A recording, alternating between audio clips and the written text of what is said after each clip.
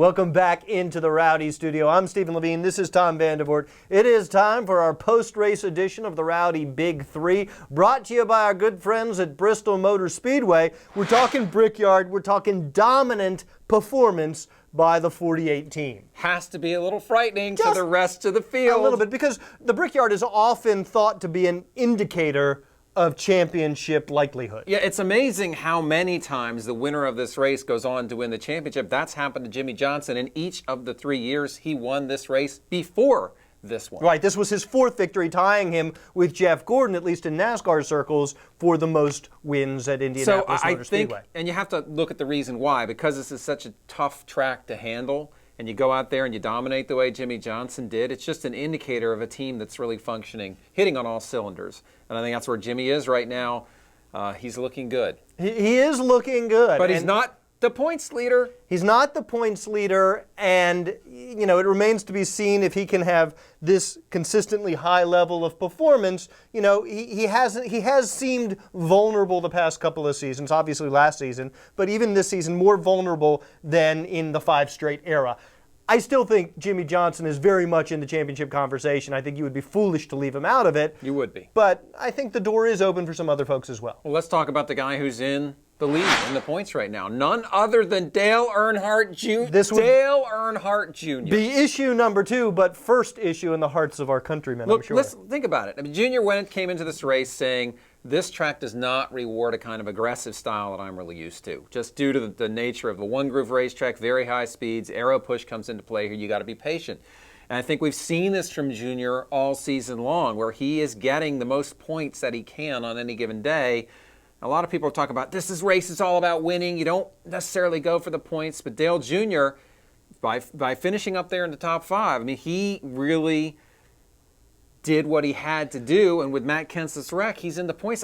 I just don't know how this guy can't be in the conversation. And I think what was really impressive is that they rebounded from such a poor qualifying effort. What did they qualify, 20th? It wasn't good. And he drove the car, they worked on the car, they got it better, and he drove it towards the front. And let's be honest, Dale Earnhardt Jr. and maybe even Jeff Gordon had cars just as good as Jimmie Johnson's. They just couldn't get the track position that's necessary at Indianapolis Motor Speedway. Yep. So, and Dale Jr. has been consistent from the drop of the green flag at Daytona to this point. He may have been the most consistent driver. I mean, you certainly look at Matt Kenseth, that's the other guy that's shown that kind of consistency. But when you step back and look at all the races, there's a reason why Junior's in the points lead. And this system rewards consistency, and he has been the most consistent. And if Junior is able to win the championship, you know, the seas will part, lambs will lay down with lions, the world will be a better place. In other words, Katie bar the door.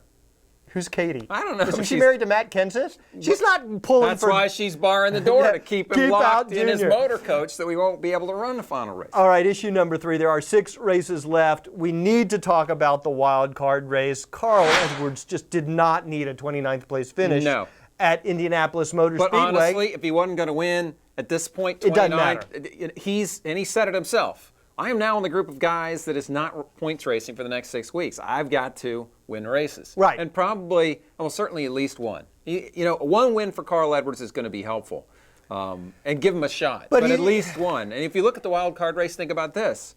Carl Edwards, wild card.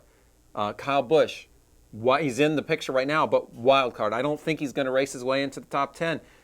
Casey Kane, wild card. Jeff Gordon, wild card. Those are 4 superstar drivers. Right, but right now, obviously, Kyle Busch and Casey Kane are in control. Casey Kane with the 2 wins. So I don't really see how Carl Edwards winning a single race is going to give him what he needs. Kyle Busch right now is just running better. I don't see Carl Edwards necessarily getting ahead of Kyle Busch, even with a race win. I think for Carl Edwards to make the chase, he's going to need 2 wins in the next 6. Now, historically, is Carl Edwards capable of such a thing?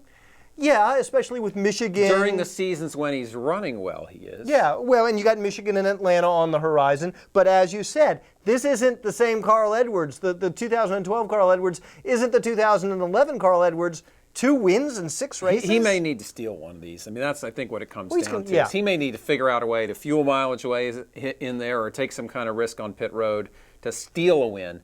Because I'm with you, 1 win is probably not going to be enough, but 1 win given what can happen out there on a racetrack, Kyle Busch wrecks and finishes 42nd one week. It's almost like he didn't even race. And those guys are still pretty close in the points. So I think one win, that's the first thing you have to accomplish, obviously, if you're Carl Edwards. Just don't worry about anything else. Just pick up a win and see what it looks like from there. And Jeff Gordon's behind all those And guys, Jeff so I Gordon, don't really think he needs 2 wins, obviously. Yeah, I don't think he's part of the story. All right, for Tom Vandenberg. He's part of the story. What do you mean he's not part of the story? I don't think he's got it. He's not part gonna, of the story. He's not going to get 2 wins in the next 6 races. That's Jeff Gordon you're talking about. How many wins has he gotten so far this season? That's Jeff Gordon you're talking about. Yeah. How many career wins does he have? 80,000? Yeah, and how many of those have come this season? Not many. Exactly. That's Tom. I'm Steven. I believe in you, Jeff. Thanks for watching.